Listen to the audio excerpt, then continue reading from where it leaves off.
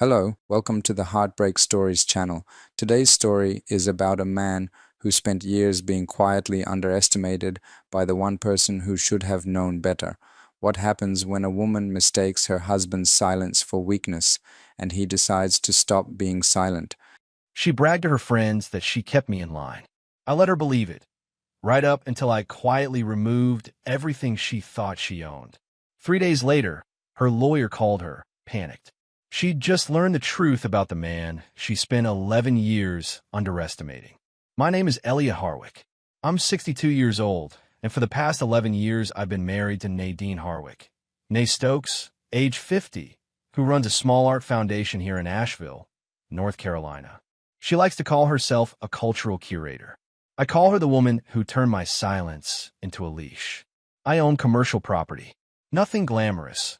A strip of retail units on the east side of town, 2 small office buildings near the airport, and a warehouse I lease to a logistics company on a long-term contract.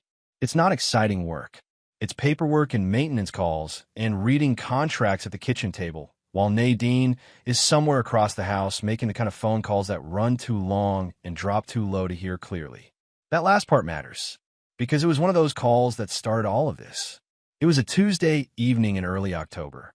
The light outside had gone amber, the kind that makes even ordinary things look expensive. I'd come in from checking on a tenant issue at the Merrifield units and was walking through the hallway toward the kitchen when I heard her voice drifting from a sunroom. She had that Bluetooth piece in her ear, the one she wore like a badge of importance, and the French doors were pulled halfway shut. I wasn't trying to eavesdrop. I was just walking through my own house. "He's not going anywhere," she said and laughed. Not a warm laugh, the kind that curls at the edges. I know exactly what keeps him in line. He's too proud to fight it and too smart to call my bluff. I stopped. My hand was still on the hallway wall. She went on, her voice lower now, but still audible. "Dorian, you don't understand. Elliot has history, old history, and I'm the only one in this town who knows how to frame it." I stood there for a moment, maybe 10 seconds, maybe 30, and then I walked the rest of the way to the kitchen, poured myself a glass of water, and stood at the sink staring at the backyard. Dorian Vale. I knew the name. He'd come around a few times as part of Nadine's foundation circle. Tall, soft-spoken, the kind of man who stood too close when he talked to women and called it warmth. He'd once asked me, casually, about commercial lease structures. Said he was thinking of opening a small gallery space. I'd given him 40 minutes of solid advice, free of charge. Apparently, that transaction had gone in a different direction than I realized. I didn't walk back into that sunroom. I didn't raise my voice. I finished my water, rinsed the glass, and went upstairs to the study, the room Nadine called cluttered and I called mine. Inside, on the bottom shelf behind a row of tax binders, sat a manila envelope I hadn't opened in over 2 decades. I sat down and held it in both hands. Inside was a letter from Federal Oversight Office, dated 1999. During a commercial real estate dispute involving a government-adjacent development project, a competitor had filed a misconduct complaint against me. Bid manipulation, falsified appraisals. The works. It went nowhere because none of it was true.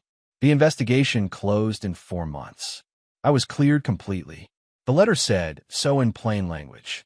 I never talked about it publicly because I didn't see the point. The matter was resolved. I moved on, but somewhere along the way, Nadine had found out about the investigation. And somewhere between finding out and tonight, she had quietly turned it into a weapon. I set the envelope on the desk and leaned back in the chair. Outside, I could hear her laughing again, that same sound, easy and careless, like a woman who believed her foundation was solid. She thought she was holding the rope. What she didn't know was that I'd been the one who built the knot. I reached for my phone and scrolled to a contact I hadn't used in 3 years. Kenneth Crane, attorney, the kind of man who answers on the second ring and never wastes a word. It rang once. Then, "Elliot, been a while." "It has," I replied. "I need to meet. Soon." A pause, brief, professional. "Tomorrow morning. My office. 8 o'clock." I set the phone down, looked at the envelope again, and felt something settle inside my chest. Not anger, not grief. Something colder and more useful than either. The game had already started. She just didn't know I'd been holding cards the whole time. Ken Crane's office was on the fourth floor of a building downtown that smelled like old wood and serious money. No artwork on the walls, no plants on the windowsill. Just law books, a clean desk, and a man who looked like he'd been born wearing a suit. I laid the envelope in front of him without a word. He read the clearance letter twice. Then he set it down, folded his hands, and looked at me the way a doctor looks at an X-ray before delivering news. Who else knows this exists? Ken asked. Nobody, I told him. Not even my brother. He tapped the edge of the letter once. And she's been using the investigation, not the clearance, as leverage. That's my read, I replied. She tells people I had trouble. Lets them fill in the blanks. He leaned back. How wide is the damage? I told him about the phone call. About Dorian Vale. And then I told him about my neighbor Phil Garrett, retired contractor, good man, terrible poker face, who'd stopped me in the driveway 2 days before I called Ken. Phil had given me that look. The one people use when they're about to say something they think might hurt you, but can't help saying anyway. Hey, Elliot, he'd started, shifting his weight. I don't want to get in your business, but Nadine mentioned something at the Hard Rose cookout last month. Something about a government investigation. Said you'd been through a rough patch years back, and that she'd help you keep it together. He paused. I figured you'd want to know it was making the rounds. I'd thanked him and said it was old news, nothing to it. Walking back inside, I hadn't felt angry.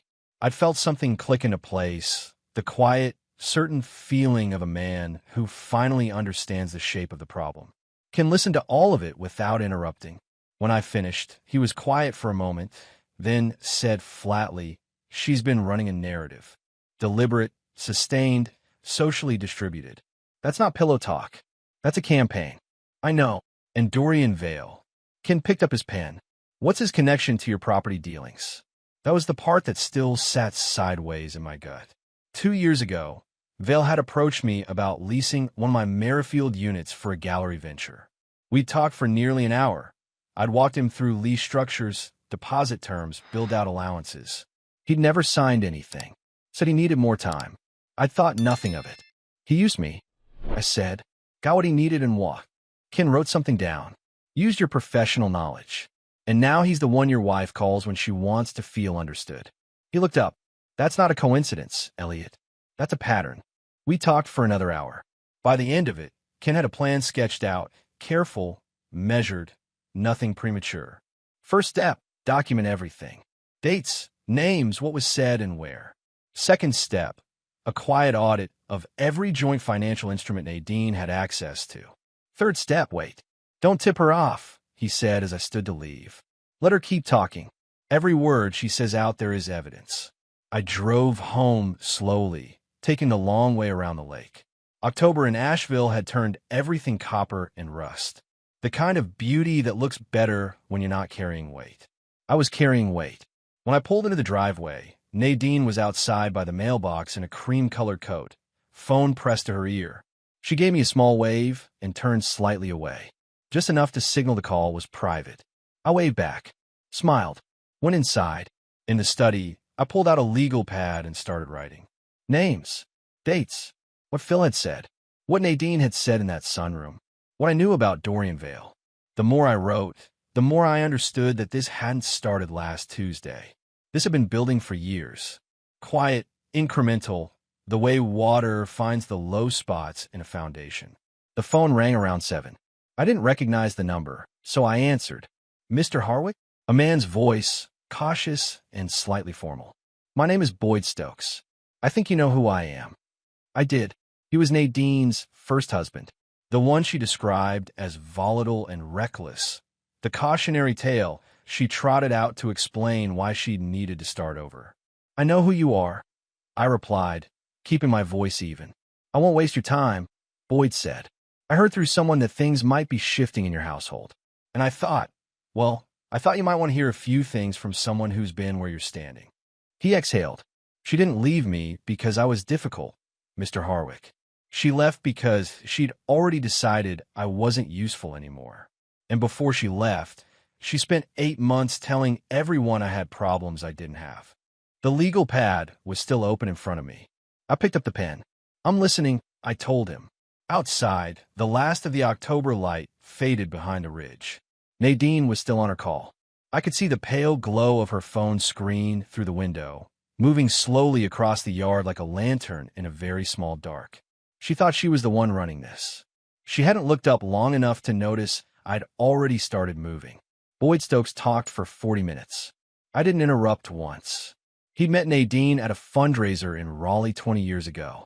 She was charming, focused, the kind of woman who made you feel like you were the only person in the room. They married fast, too fast, he said, with the calm tone of a man who'd made peace with a bad decision. Within 2 years, she'd positioned herself as the competent one, the stable one, the one holding everything together while Boyd supposedly stumbled from one mistake to the next. Except he hadn't stumbled. He'd been pushed. She told people I had a drinking problem. Boyd said I had maybe 2 glasses of wine a week.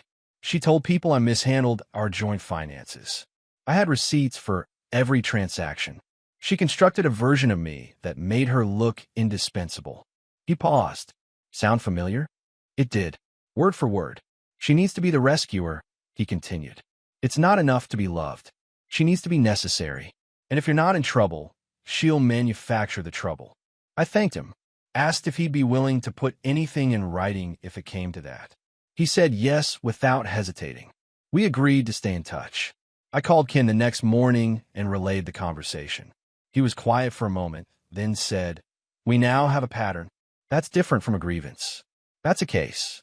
That same week, I made a move I'd been thinking about since the night at the sink. Nadine monitored our joint account the way some people monitor the weather, casually, confidently, assuming it would behave the way it always had. I deposited regularly for years. She spent without consulting me, which I'd tolerated because the amounts were manageable and the peace was worth it. But now I needed her to stop looking. I left 3 things visible on the kitchen counter one morning before she came downstairs. A printed bank statement showing the joint account balance considerably lower than usual, a handwritten note that said called the property manager Merrifield vacancy issue, and a folder labeled Q3 shortfall. Review needed. None of it was fabricated.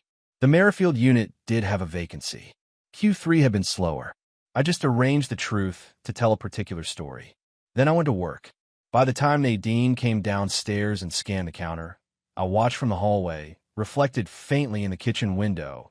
She picked up the statement, looked at it, set it back down, and said nothing. Just refilled her coffee and went to her office. Good. That afternoon, I met with Ken and finalized the transfer of my primary rental income stream into a property management LLC I'd set up 2 years ago for liability protection. Nadine had signed the initial paperwork. She'd been in a hurry, some foundation event. She'd skimmed 2 pages and written her name in 3 places. The structure gave the LLC full operational control. Her name wasn't on the operating agreement. It never had been. Ken reviewed everything and looked up.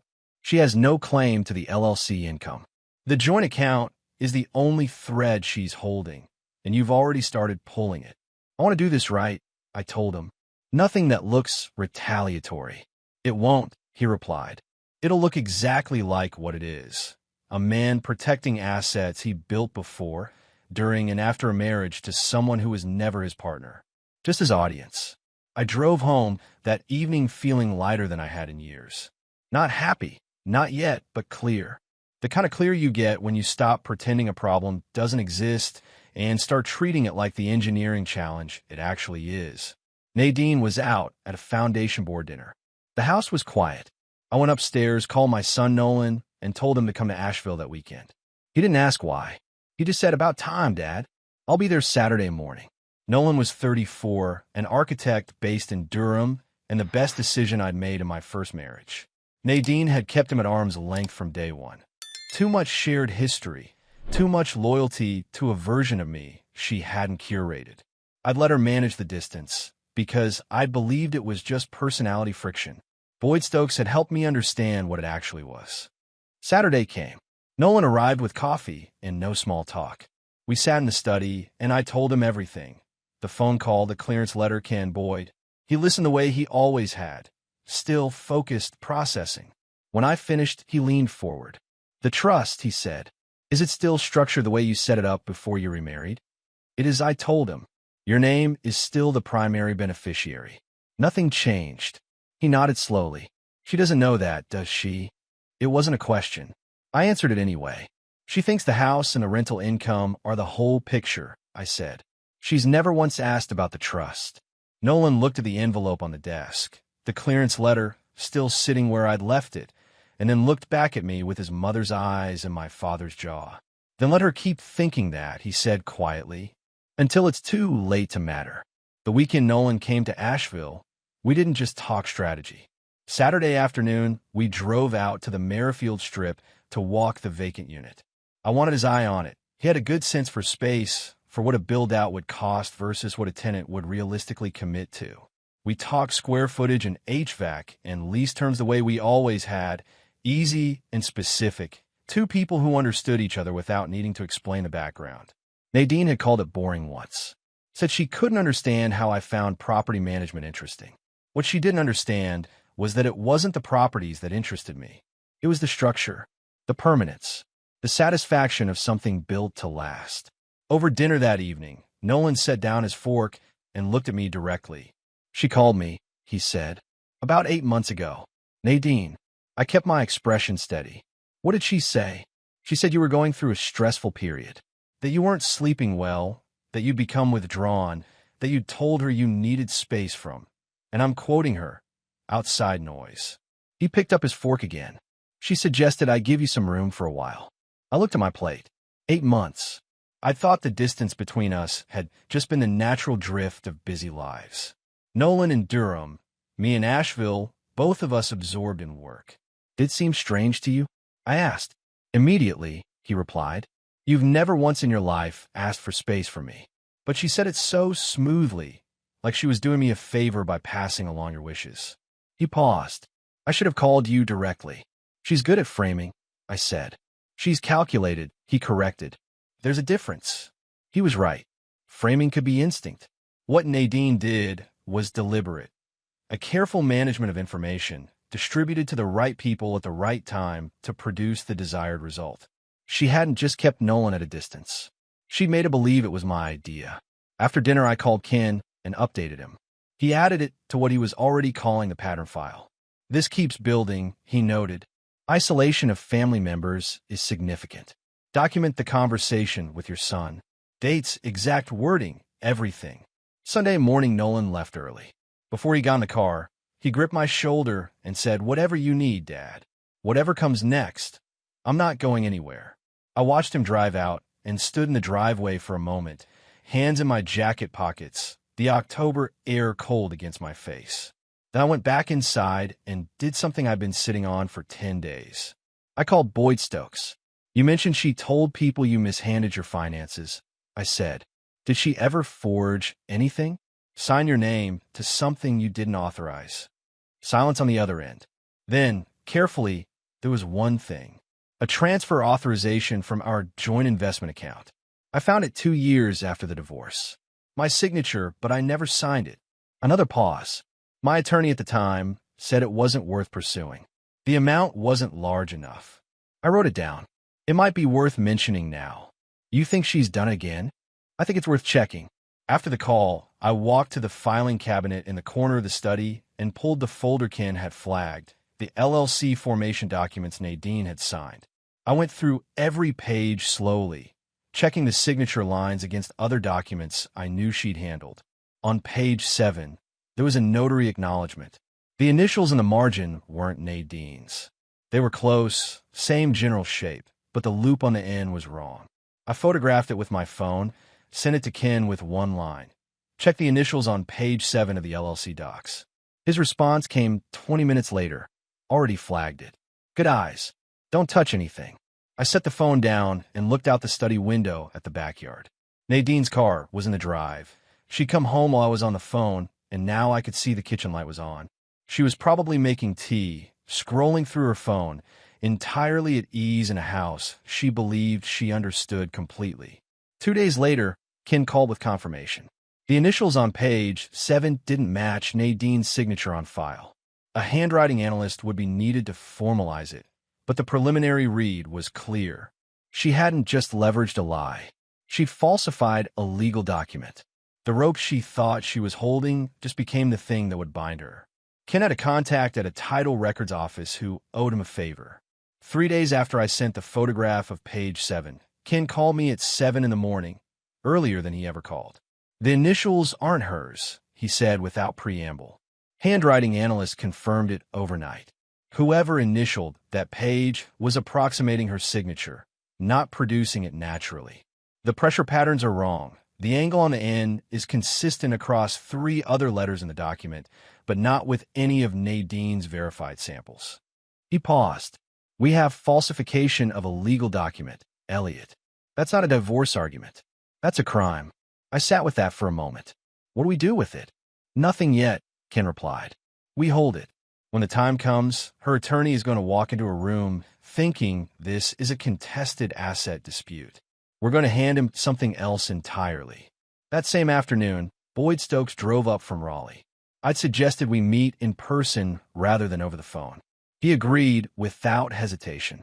We sat in the study, the same room where this whole thing had begun, and he walked me through the transfer authorization he'd discovered 2 years after his divorce from Nadine.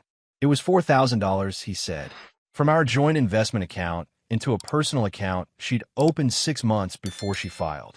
He set a folder on the desk, copies of the original documents, his own records. My attorney said the amount wasn't worth the fight, but I kept everything. I looked through the pages carefully. The signature on the authorization form was Boyd's, or a version of it. The loop on the lowercase d was slightly too wide. The date stamp was from a Thursday afternoon when Boyd had been, by his own records, supervising a job site in Durham. You were out of town when this was signed, I said. 3 hours away, he confirmed. I have the project receipts.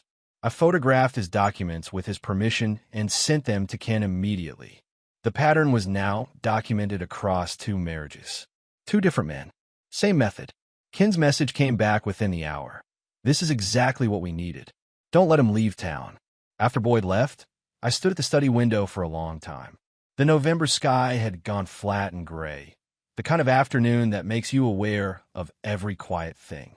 Down the hall, Nadine's office door was closed.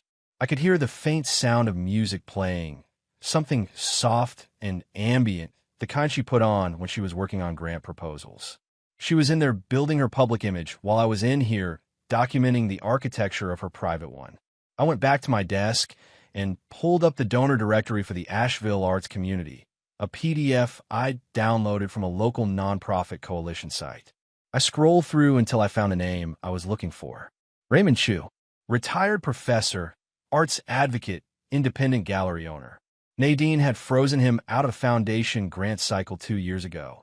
I'd heard the story from 3 different people, all of whom described it the same way. Nadine had decided Raymond's project didn't fit the foundation's evolving curatorial vision. Raymond had taken it quietly and moved on. I'd met Raymond once at a civic dinner. He was sharp, principled, and had spent 15 years building a small gallery that showed emerging local artists without charging them commissions. The kind of work that didn't generate headlines but mattered to the people it served. I picked up the phone and called him. He answered on the 3rd ring, cautious at first, then more open when I explained what I had in mind. I told him I wanted to sponsor an upcoming show. Quietly, no fanfare, just a check that covered his spring programming costs. He was silent for a moment. Why now, he asked. Because your work deserves support, I told him, and because I should have done this 2 years ago instead of staying out of foundation politics. Another pause. Then, I appreciate that, Mr. Harwick. More than you know. We agreed on an amount, and I sent it through that evening. No press release. No announcement. Just a transfer and a handshake over the phone. Word would travel. In the Asheville arts community, it always did. And when it reached Nadine's ears, that her husband had quietly backed the man she'd publicly sidelined. The message would be clear without a single word being addressed to her directly. I was not the man she'd been describing. That evening, Nadine came to the kitchen doorway while I was making dinner and watched me for a moment. Raymond Chu called me today, she said. Her voice was measured, trying to read the room. I kept my eyes on the pan. Did he? He mentioned a sponsorship. A beat. From you. The man does good work, I replied evenly. Seemed like the right thing. She stood there a moment longer, recalibrating. Then she said, "I didn't know you were interested in that side of the arts community." I turned and looked at her directly. "There's quite a bit you don't know about me, Nadine." She held my gaze for exactly 2 seconds, then turned and went back to her office. I went back to cooking, calm, unhurried. The pan was steady in my hand. It happened on a Tuesday, 3 weeks into November. I was at the Merrifield units doing a walkthrough with a prospective tenant when the pressure started. Not pain exactly, more like a weight settling across my chest, spreading into my left shoulder. I recognized it immediately. I'd had a minor cardiac episode 7 years ago, pre-Nadine, and my cardiologist had been clear about the signals. I told the tenant we'd need to reschedule, walked to my truck, and drove myself to Mission Hospital on the east side. Kept both hands on the wheel, focused on breathing, no music. The kind of drive where every stoplight feels like a negotiation. By the time I reached the ER, the pressure had eased slightly, but they admitted me anyway. EKG, blood draw, monitoring. The attending physician was a composed woman named Dr. Reese who asked me the standard questions and then told me to rest and let the tests run. Nolan arrived within 2 hours. He'd been in Asheville for a client meeting and got my text before I'd even been moved to a room. He sat in the chair beside the bed, jacket still on, and didn't say anything sentimental. Just put his hand briefly on my arm and said, "You drove yourself?" The alternative was lying on the floor of a vacant retail unit. I told him. He almost smiled. Nadine arrived 40 minutes after Nolan. She came through the door with the right expression, concern arranged carefully on her face, hand going to my arm, the appropriate words delivered in the appropriate order. But something was off in the sequence, the way an actor hits the right notes, but in the wrong rhythm. She pulled one of the nurses aside in the hallway. I could see her through the glass partition, couldn't hear the words, but could read the posture. The nurse was answering questions, and Nadine was nodding, her phone in her hand, typing something as the nurse spoke. After Nadine stepped away, the nurse, a no-nonsense woman in her 50s named Carol, came back into the room to check my monitor. She caught my eyes and held them for a moment. Something in her expression had shifted. "Your wife had some questions," Carol said, adjusting the monitor lead with practiced efficiency. "What kind of questions?" I asked quietly. She glanced toward the hallway, then back at me. "About your insurance coverage, and about what typically happens with estate decisions when a patient has a cardiac event."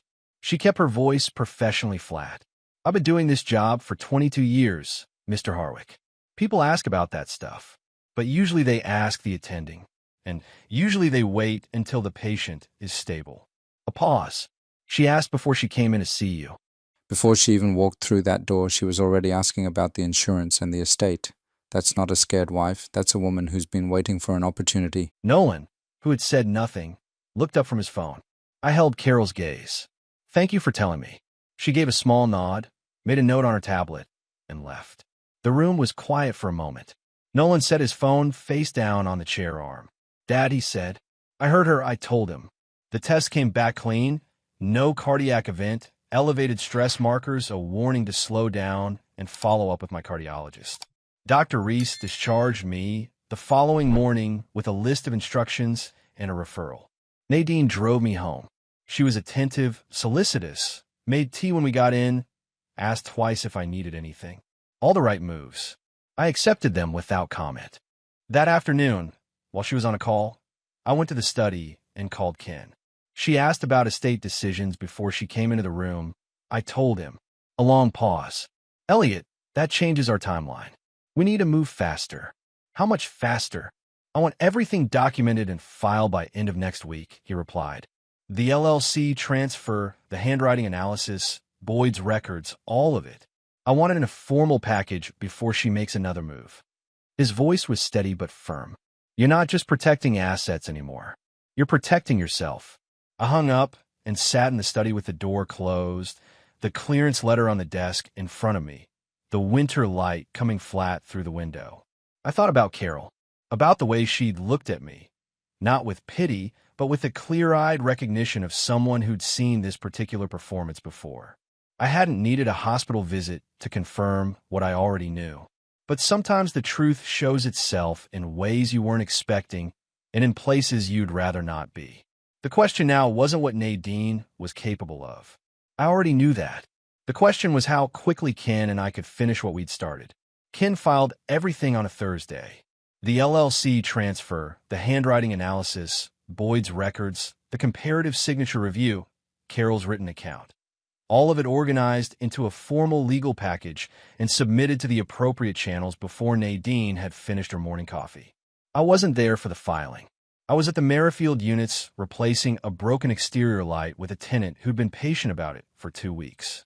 Ordinary work. Steady hands. The kind of morning that doesn't announce itself.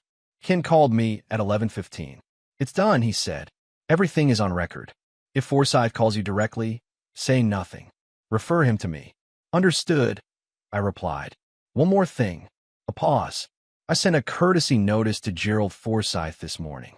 Standard language. Formal notification that you have retained counsel and that all communication should be directed accordingly. No details. No accusations. Just a signal that the landscape has changed." I understood what that signal would produce. Forsyth would go to Nadine. Nadine would ask what it meant. And Forsyth, being a thorough attorney, would start pulling threads, which meant he'd eventually pull the thread that led to the clearance letter, the handwriting analysis, and Boyd Stokes.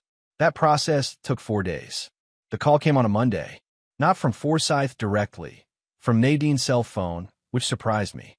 I let it ring through to voicemail. She didn't leave a message. 20 minutes later, Forsyth called Ken. Ken relayed the conversation to me that evening, word for word, the way he always did, precise, without editorializing. Forsyth had started with the standard framing. His client had concerns about the asset restructuring, questions about the LLC documentation, a desire to understand the timeline of transfers. Routine opening moves. Then, Ken had sent him the package. The silence on Forsyth's end, Ken told me, lasted nearly 8 seconds. Then, carefully, "Where did this handwriting analysis come from?" "A certified forensic examiner," Ken replied. "The report is on page 11. Another pause.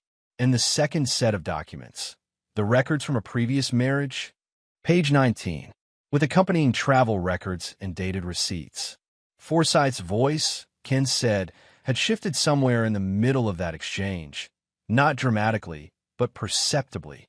The way a man's voice shifts when he realizes he's been handed a case he didn't sign up for. "She's just learned the truth about you," Forsyth finally said, almost to himself, not as an accusation, but as the flat acknowledgement of a man recalibrating. "She said you were the one with history. She never mentioned. She had the clearance letter for 4 years," Ken cut in. "She chose not to mention the outcome, only the investigation." The call ended shortly after.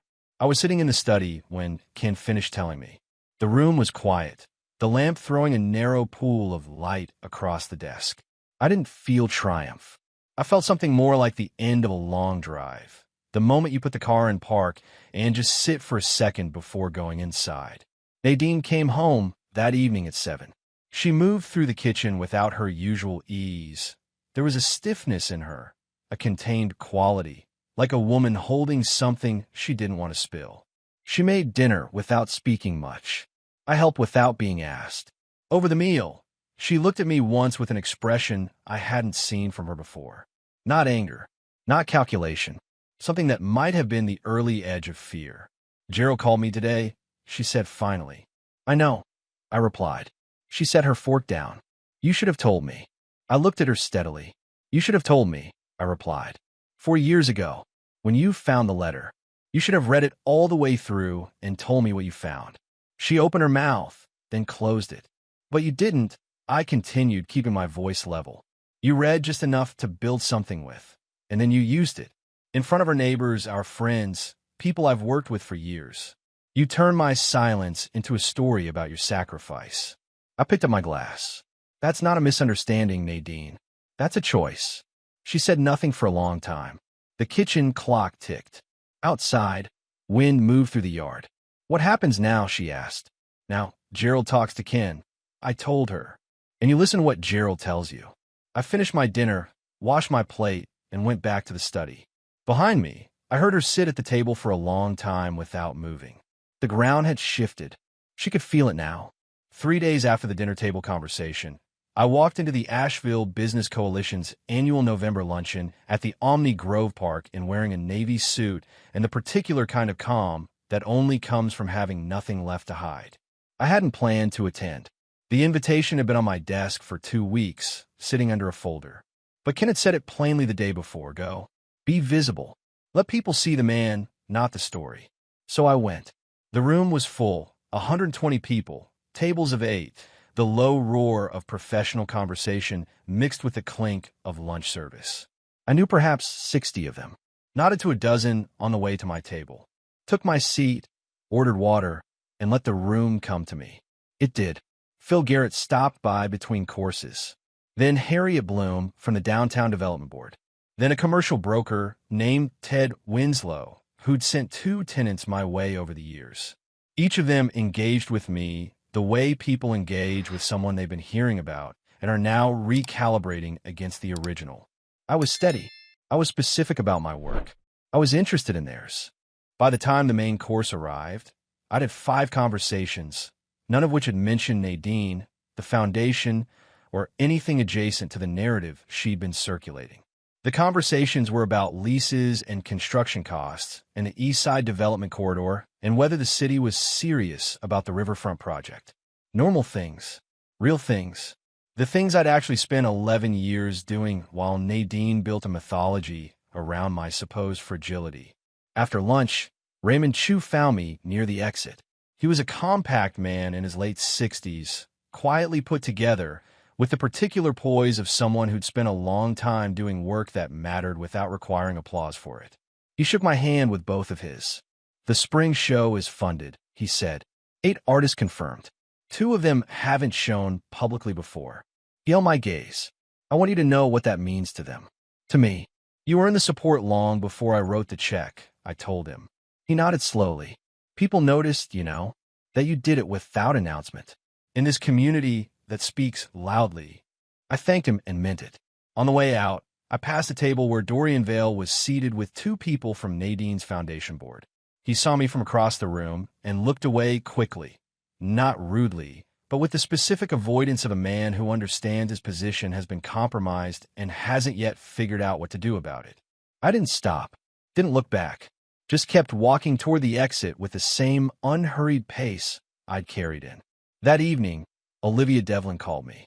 I knew Olivia as Nadine's closest friend in the foundation circle. They'd worked together for years, traveled to art fairs, shared the kind of insider language that signals a tight alliance. I hadn't expected to hear from her. Elliot, she said, sounding careful. I hope I'm not overstepping. Say what you need to say, Olivia. A breath. I've been hearing things for Nadine for years. About your past. About what she said she'd done for you. Another pause. I believed her. I passed some of it along without questioning it. And I'm calling because I think I owe you that acknowledgement. I let the silence sit for a moment. How long have you known the real version? Since Gerald Forsythe called her on Monday, Olivia admitted. She told me about the clearance letter, about the handwriting analysis, about Boyd. Her voice dropped. She told me because she was scared. And in telling me, she told me everything. I thanked her for calling. Before she hung up, she added, whatever she says next, whatever story she lands on, I won't be repeating it. I set the phone down and looked at the ceiling. Nadine had lost her closest ally in the foundation world.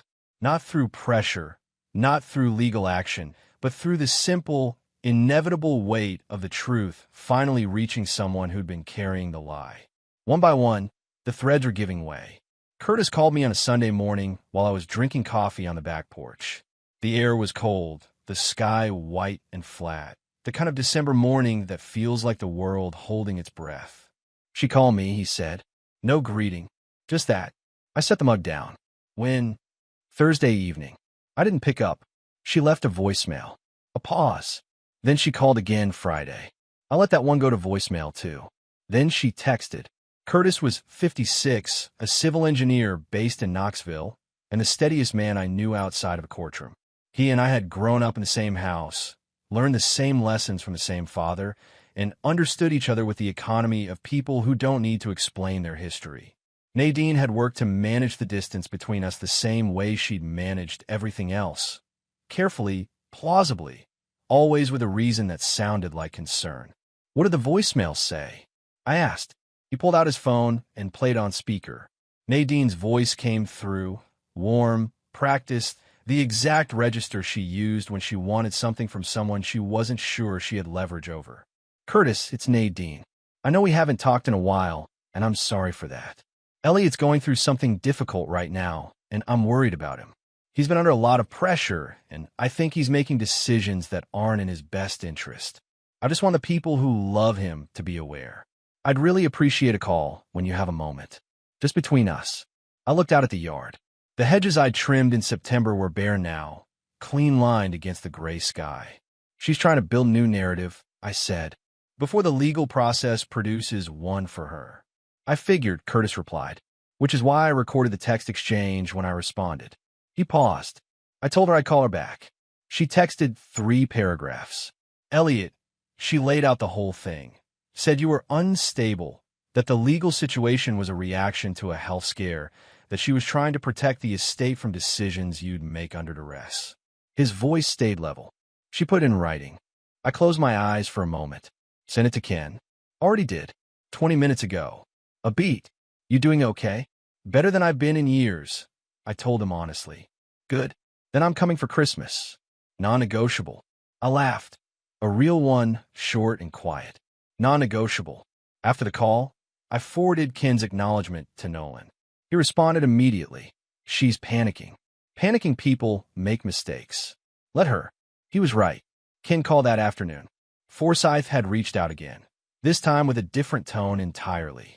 The defamation exposure, the falsified document, Boyd Stokes's corroborating records, and now Nadine's own text messages describing Elliot as mentally compromised while simultaneously contesting his legal decisions.